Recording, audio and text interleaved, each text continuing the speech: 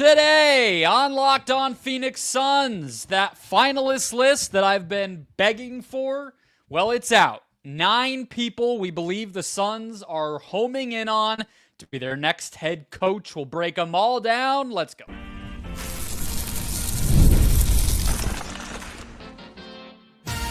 You are Locked On Suns, your daily Phoenix Suns podcast. Part of the Locked On Podcast Network. Your team every day.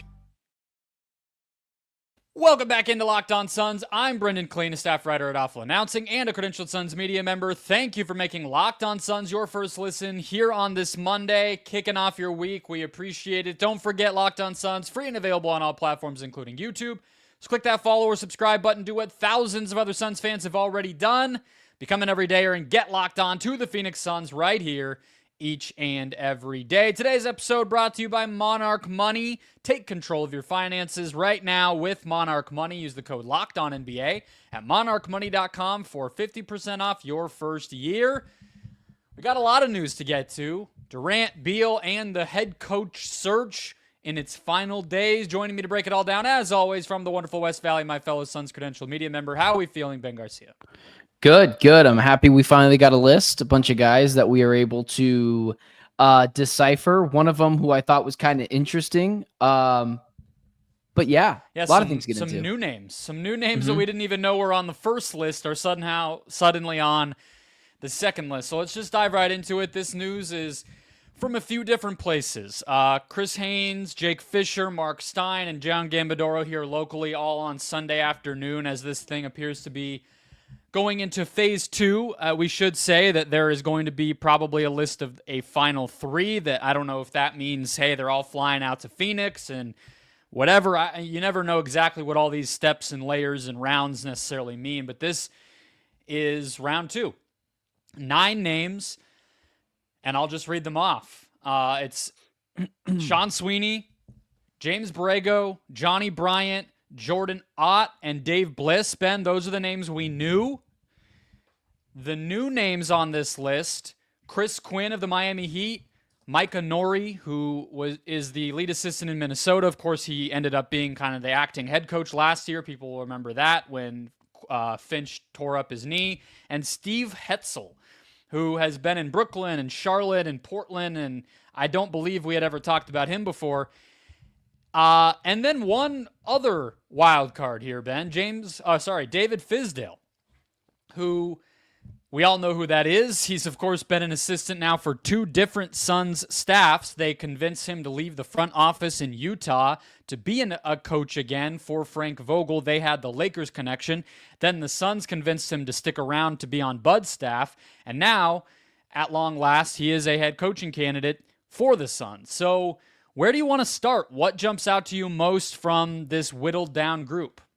Well, I want to get back to Fizdale in just a second, but because that one is interesting, and I would like to decipher with you, like, why he's getting, maybe it just feels like out of respect or to get him to stick around, but I thought this list as a whole was a very mature list. I think where you and I have thrown some arrows at Brian Gregory and the hire of him and the way that Ishbia has conducted some of the front office moves, I think it's important to point out the wins and forget whoever gets this job. I don't think there's anyone on here that if they got the job, I would lose my marbles or talk about them being unqualified. Those are the types of things that just have to happen. But the Suns weren't doing that before. So it's nice to see that they have gotten a list of guys who I think are all at least qualified to get an interview. And if you're qualified to get an interview, I'm not in there. You might be wowing Ishbia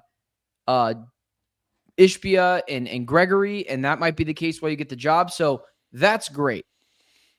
But I want to circle in on Fizdale really quickly.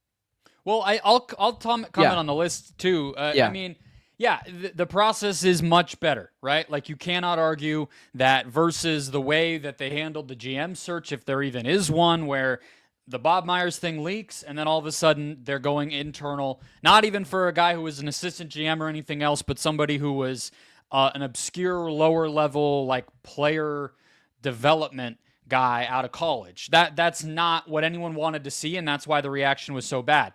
This is all the names you would expect. Like, this is a real coaching search. James Borrego was a finalist before J.J. Redick got the Lakers job. Sean Sweeney's been the number 2 for a finals team in Dallas. Johnny Bryant, the best team in the East, he was the lead assistant there. Micah Nori led a team to the conference finals as kind of like a co-head coach, and on down the list. These are all guys you would expect to see. So that's absolutely good. But yeah, what do you got on Fizdale? What do you think? Well, if you were the one that sent me the Stein newsletter, and one of the reasons why I think he's getting an interview is because they want him to stick around as a head coach, as an assistant coach on that Suns bench. Yeah.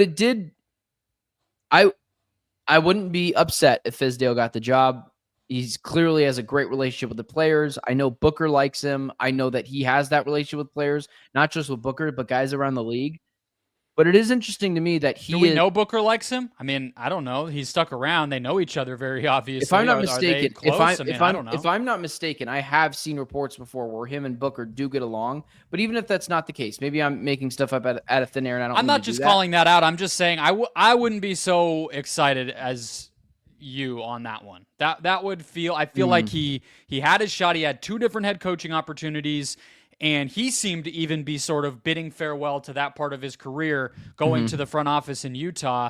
And then all of a sudden he's back as an assistant, totally fine. But for him to get another shot when already like 10 years ago, his offensive philosophies and things were pretty outdated and not really up and competitive with what was working in the league, I'll just get out in front of it and say that would worry me if he became the head coach. The only thing that I don't think he'll become the head coach, but the only thing that made me raise my eyebrows is like, if they came out with the first list and it's like 16 people and he was on that list, I'd be like, okay, you give him an interview. The fact that he's on the second list is a little concerning, Yeah. But everyone else I think is totally fair. But that one was just interesting to me. Yeah, it's going to be, I don't really know how much it matters, I guess, if he sticks around as an assistant for a third new staff. It would be very unorthodox. That doesn't really happen, but I guess if the new head coach, as long as the new head coach is okay with it, then I don't really care. I was just going to say, it's not absurdly rare that someone sticks around for the second head coach, but it is really strange if they stick around for a third one, because then it feels more of like a front office thing than it feels like a coach thing. And then it's like, well, maybe he should just be the head coach if he's that much in favor with the front office. But here's the thing that I wanted to point out that we haven't discussed here, because I agree. Like, we've talked about a lot of these names individually. I think we're on the same page that it's the right types of people. Some sleuths online, Ben, have noticed Jordan Ott. Yep. Went to graduate school at Michigan State University and was, I believe, a graduate assistant and then a video guy. He worked there for 5 years before he finally made his way into the NBA with the Hawks and the Nets and the Lakers and now the Cavs. Is that where this is going? Is this just going straight back to Michigan State University again? Well, it wasn't just him. I'm assuming you're going to get to the other guy as well, but Steve Hetzel, he went to Michigan State.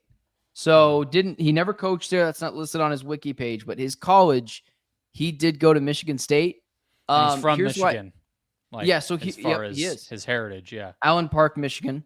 I don't really care that much because I think both guys are qualified for the position. The thing that really frustrated me is we desperately wanted to see real change at the general manager position, and this one felt like he had nothing, no acumen to be able to, or the accomplishments to be able to be a general manager, and it feels like he just got that because of Michigan State. It doesn't feel like this, like people hire people that they know all the time. It's, are you qualified for the position? And I don't find it to be that much of an issue, especially since it's 2 guys. Although I would much rather Ott than Hetzel if I was exactly. I mean, we don't really know when you're picking No. nits between guys who's more qualified. Like, that is a word. When it's somebody like Brian Gregory, I think we feel comfortable definitively saying, like, he wasn't qualified for this particular job that he got. Between coaches, it's like, as long as you've been doing the job a while, what am I going to say? You're not qualified.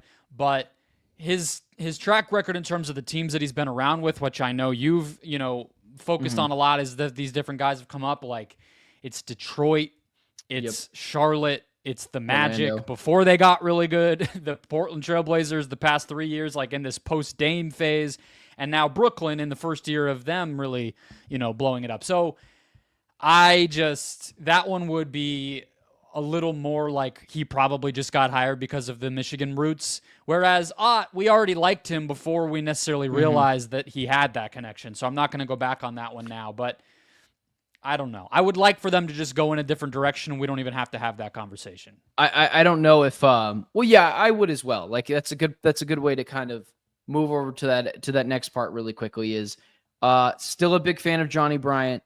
If Jordan Knox got the job, that'd be okay with me too. Anyone on this list to you that sticks out more than others? Chris Quinn, I still think is interesting. Longtime Miami Heat assistant head coach. Anything changed? Quinn would be a great one, just in terms of, I think the team really needs a culture and player development mindset. Yeah. So Miami would be an awesome place to steal somebody from. They don't lose coaches often, and so it'd be a really great thing to be able to do. I would say him, Nori. Those are the two new guys, but I like those Nori might be the two most accomplished guys. I mean, those are people who have coached deep into the playoffs. And for that same reason, I probably honestly would say Sweeney. Like, I just kind of value the people who seem to be most ready. High-ranking coaches on staffs that have been really deep in the playoffs recently, who have not yet been head coaches and gotten to really make their imprint on a team. That's what I'm looking for, and those three all check those boxes. So I'm like, if those three were the finalists, like in an ideal world, I'd be thrilled. But we'll see how it goes. I mean, we talked about Fizdale and the MSU stuff. Like, this could go anywhere. How frustrated. So here's again, just doubling down and tripling down on the Michigan State thing. I wouldn't be thrilled if both Hetzel and Ott made it to the top three that Gambo's reporting that we should get sometime next week. That would raise some eyebrows for me. Oh, yeah. But if one of them gets in, even if Ott gets in, I'm not even going to talk about the Michigan State thing. I don't really care. Well, the thing is, like, but the others, we can talk about the search and the finalists all we want. What really matters is who they hire. And why? 100%. And what that person is supposed, what he's kind of tasked with, what they view as his strengths, and what he's really supposed to be doing with his candidacy, and again, like, what's the next Suns team under that person going to look like? And so the search feels good now, but who it ends up being obviously tells us the most. You think we'll get you think we'll get a coach before June? It's getting close. Yeah, at this point, I think so. If Gambo's saying finalists end of this week, that'll be, still kind of mid-June. We still got a week left. I think so. Or mid-May. I think we do. Let's get to two recently ousted former champions in the NBA postseason. Which one's most likely to make a run at Kevin Durant?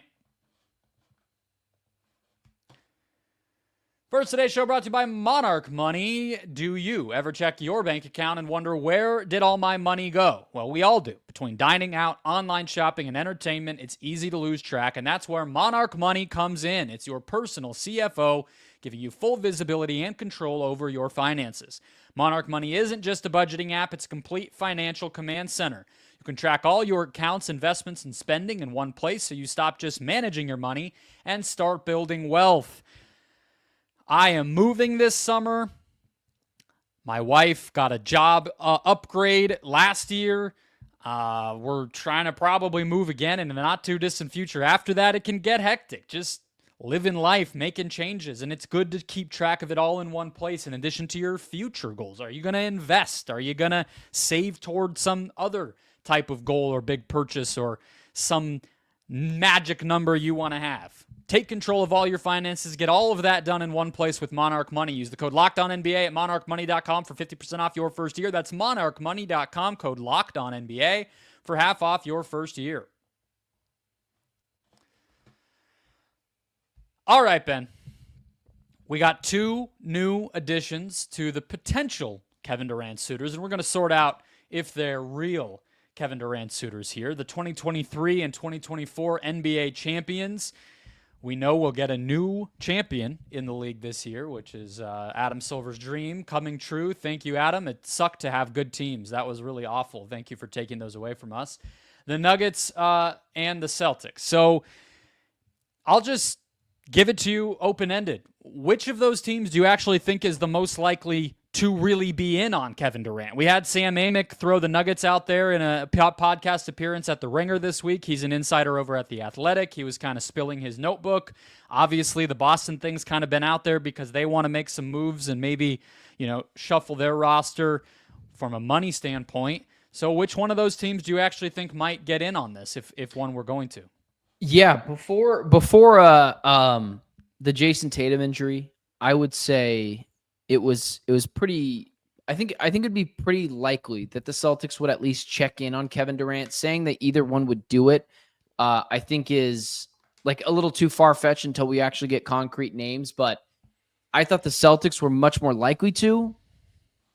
That Tatum injury, I wonder how much that really does affect their plans in the offseason, because I know they're going to have to shed some cap, but are you really going to trade Jaylen Brown? I don't see that. So before the show, and then I kind of put some thought into it, I thought it would have been still the Celtics.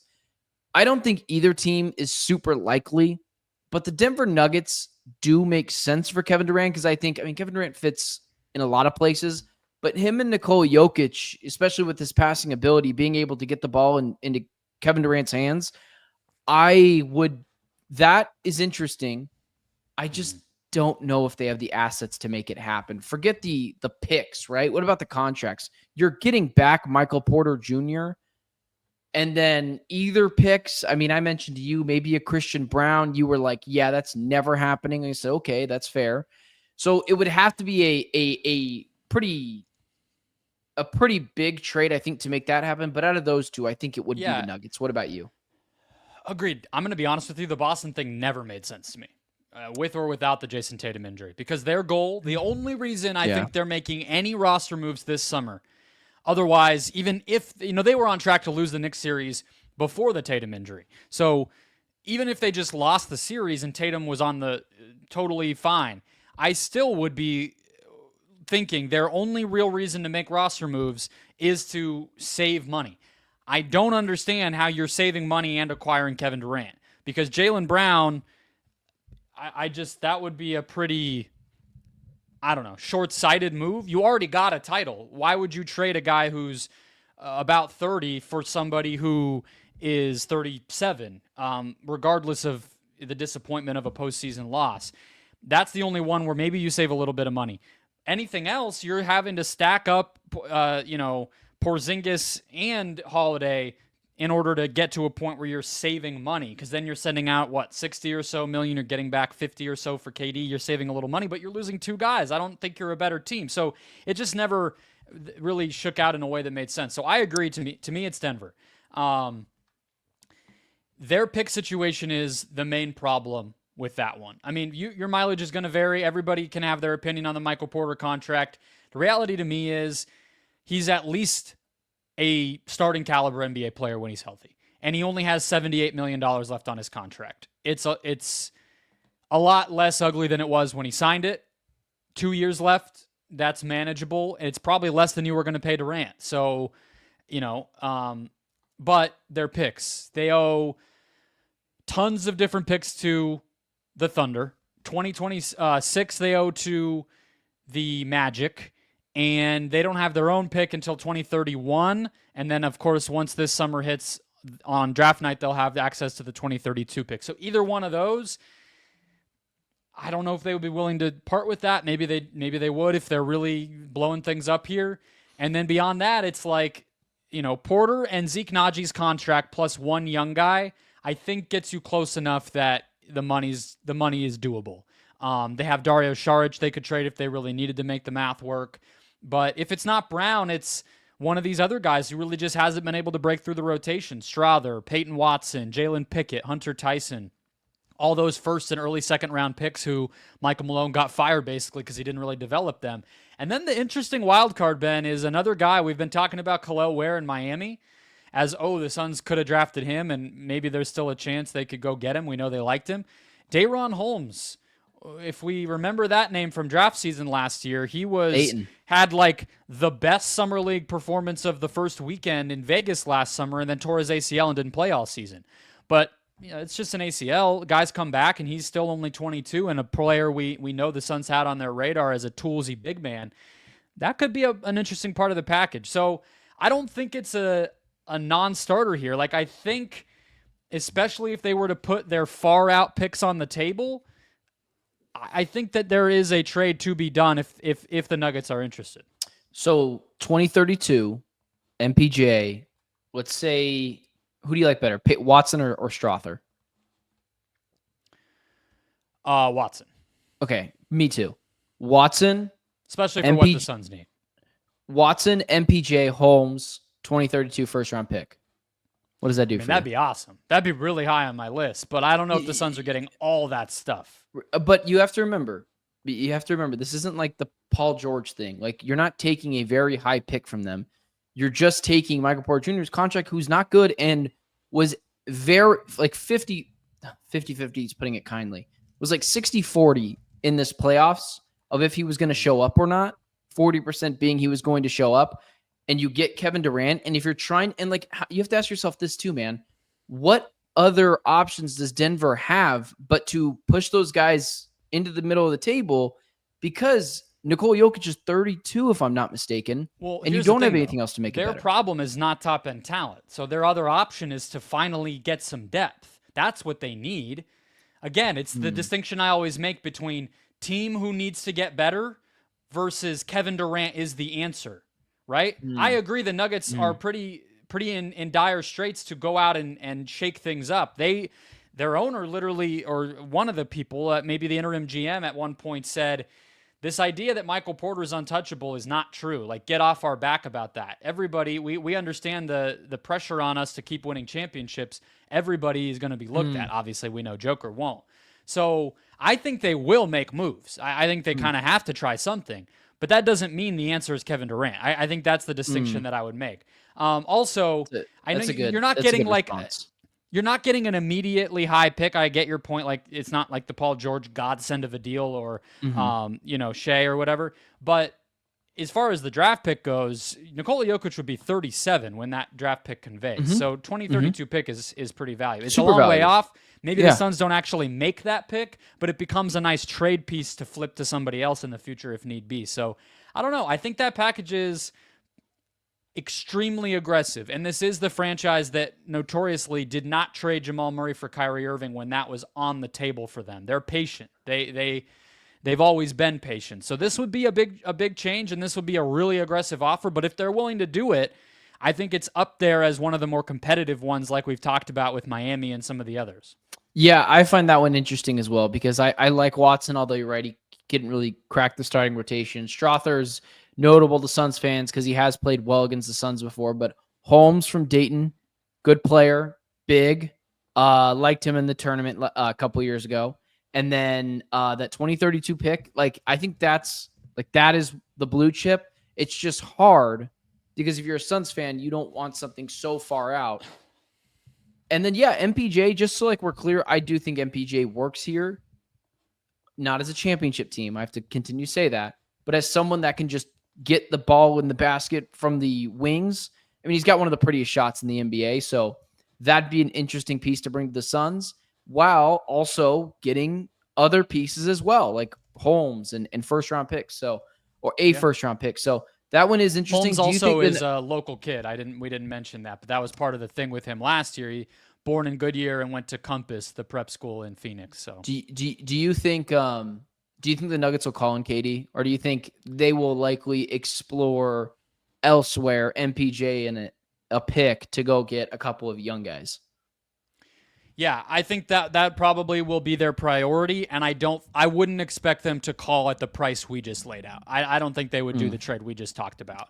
But if the price came down and they could do, hey, maybe no pick, maybe MPJ and no Holmes, like it's MPJ, Zeke Najee's contract, Watson and Strother or something, I'm sure they would be interested at that price. I don't know if the Suns would be, right? So, like, I think that's kind of the give and take of where we're at. But they're at least a team I think has the pieces to be in the mix, would be how I'd put it.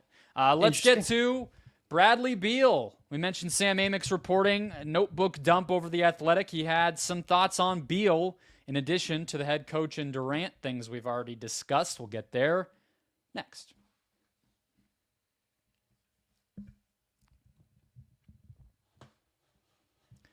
All right, Ben. Sam Amick, longtime insider over at The Athletic. To be clear, like, I don't want to make it seem like Sam Amick was saying any sort of prediction about the Suns offseason or going crazy there, but he did say that Bradley Beal and his wife really like living in Phoenix, so I don't think that that's changing, as part of some overall comments about why he feels the Suns may be in a position where they have to run it back. Now, you and I have come back to the KD thing plenty of times. I don't think it's the way that Amick put it, unless the Nuggets come calling, there's no landing spot. That feels like an exaggeration. But we haven't talked about Beal in a while, and Amick is a pretty plugged-in guy, and he made the comment that basically, if you read between the lines of what he said, the stance on Beal's side when it comes to the no-trade clause has not changed from November through February when we were all talking about Jimmy Butler. And honestly, I'll add something in here that we didn't even talk about before the show, Ben, but Pat Riley, I don't know if you saw his comments with the Heat post-end-of-season media availability, where he said they were locked in with one team until the very end on the Jimmy Butler trade, and that really affected their season because they got held up with not getting the Jimmy thing done as quickly as they wanted it to, and I think that just reinforces this whole thing that Bradley Beal got a no-trade clause for a reason, and I just don't see him giving that up. Yeah, I mean, this is kind of a non-starter for me in terms of a conversation because I'm just not buying into Bradley Beal getting traded, unless it's for, like, you trade him back to the Wizards and the Wizards give you back like Marcus Smart and Chris Middleton, like just two That's bad like the contracts only team, as well. as funny as it sounds. They have so many veteran, bad veteran contracts that they somehow are actually the one team that makes sense, even though that's, of course, where the Suns got him from. Yeah, Chris Middleton is broken. Marcus Smart hasn't been great ever since he left Boston, so neither of those contracts are great. So the only Jordan Poole, it's like one after the next. I think the only way that you do a deal is like something like that, where you break up his contract and maybe into different players, and then maybe you move those players first to get off those deals or whatever.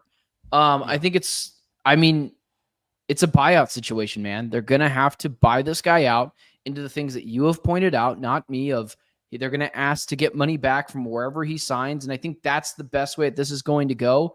It doesn't shock me that he likes living in Phoenix. Everyone likes living in Phoenix, especially during the winter years. Like, do you think Bradley Beal and his kids are living here right now? No, they're going back somewhere else and living where the weather's nicer. And during the basketball St. Louis season, or wherever he's great from. here. Yeah, or even hell, maybe he mean, goes back to Washington. I don't know. We also know he just loves stability, right? I mean, he held on in Washington way too long. I mean, yeah, he got a supermax and a no-trade clause out of it, so that was a pretty nice reason to hang on. But he wants to be comfortable. Like that's just a fact of how Beal has handled his business as an NBA athlete. So, yeah, and I won't even take credit for the buyout thing. This was Bobby Marks, and Gerald did some reporting on it and everything. And, it's the same type of thing we always talk about with guys who get bought out in season ahead of the deadline for, like Ben Simmons this past year, or players like that.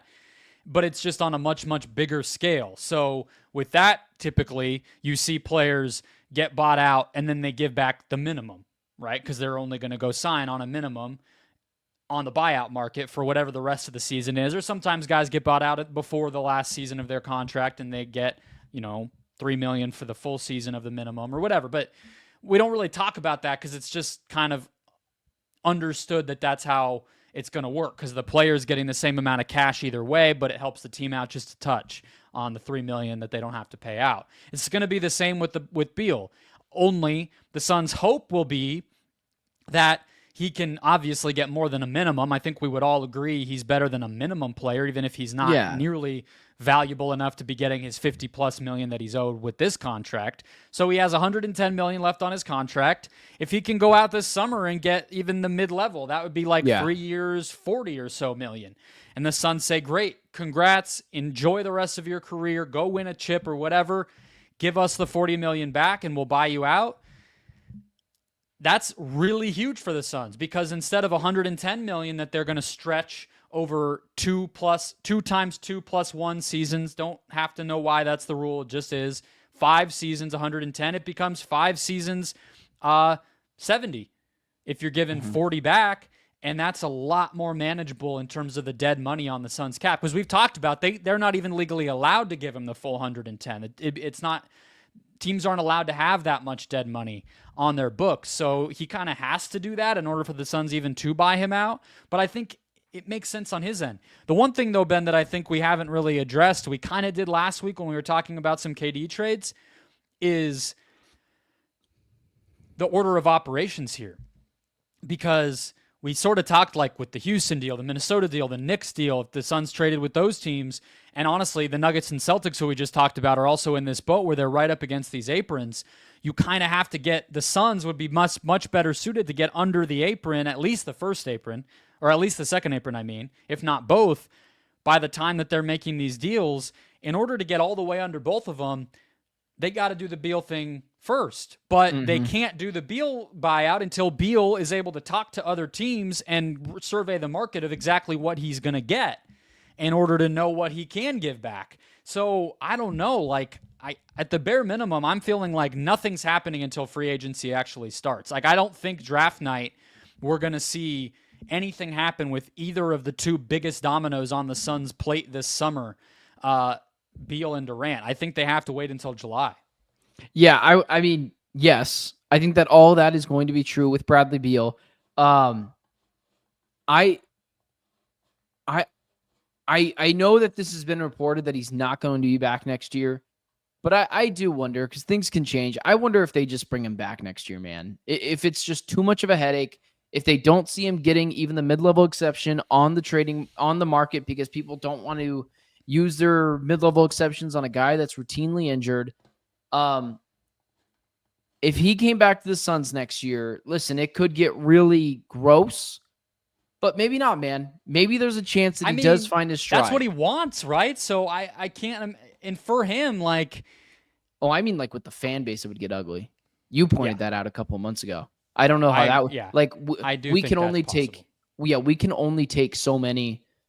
Well, I've got my no trade clause and I'm playing basketball and I'm happy comments before people like start a ruckus. But what if the expectations are just lower for the team? Like, is it so bad if it's like you're holding us back from the thing we thought was going to be like a championship core versus like, hey, Jabari Smith's out here having fun. We got, pick number 29, playing better than we thought and some hope for the future. This coach is working out. He's much better to, hear from than Bud's grumpy, what was. And like, hey, this team's pretty cool. Like, whatever, Beal, I'm not even paying attention to that. Like, maybe that's possible this upcoming season where there's just not as much attention on him, but I don't know. I don't think it's impossible for that to be the case as well. I think you make a good point, but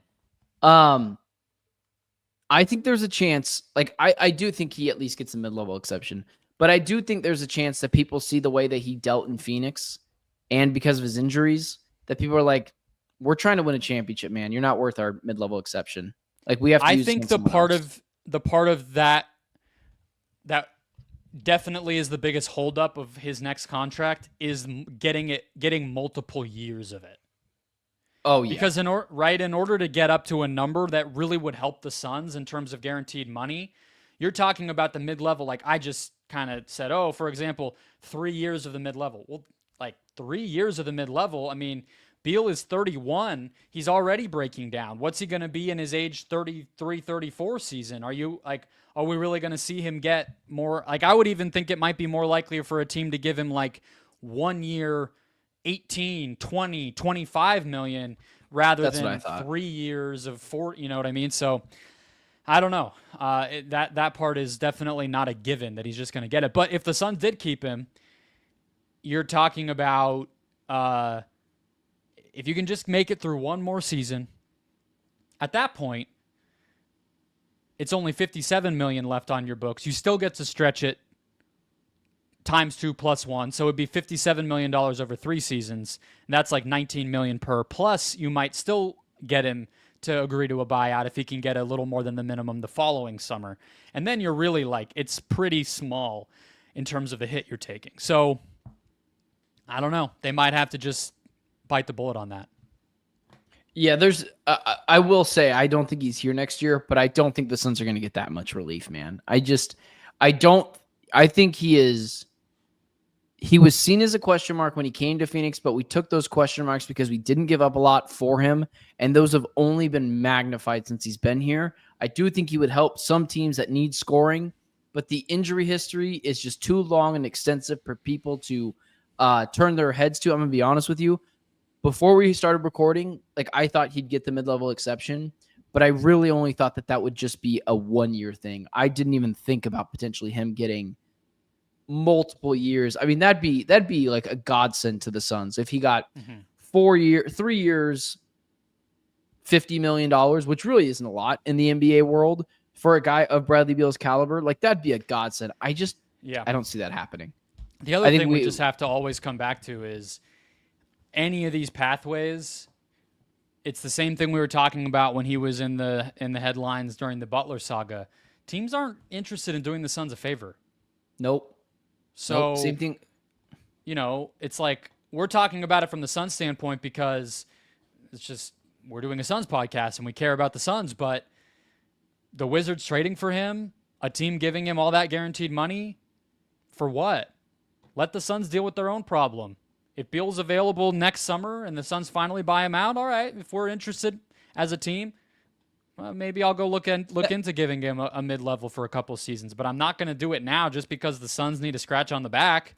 That's why I think as well, man, like the Suns should look into keeping him next year because like if he's a headache, just make up some phantom injury. He's got his money, he's got his no trade clause. He's going to have to play, I guess, or at least he'll get his own injury and he won't play a lot anyways. Like I do think there's a world where the Suns should think about running it back with him, try to rebuild like who he is, not necessarily a supermax player, but maybe a $75 million player. And then you find this out next year because like, if we're not a championship contender next year, what's the rush? Might as well figure it out next year and see what you could do then and see if you could get more money back in a year off. The rush is where I started, which is why Kevin I think Durant. the Suns are going to have a bunch of impetus to do it to try to make it happen is, the Durant thing gets a lot easier if you're under both aprons, which is what's possible if you can get this Beal situation accounted for. But, a lot of dominoes that are like going in each direction, and I don't know which side's going to fall first, I guess is kind of the metaphor for this Suns offseason. But that'll wrap us up. Hit follow or subscribe if you haven't already. Become an everydayer. Coach before long. Maybe more KD teams. Maybe there'll be a 31st team that pops up that wants Kevin Durant. We'll talk to you tomorrow.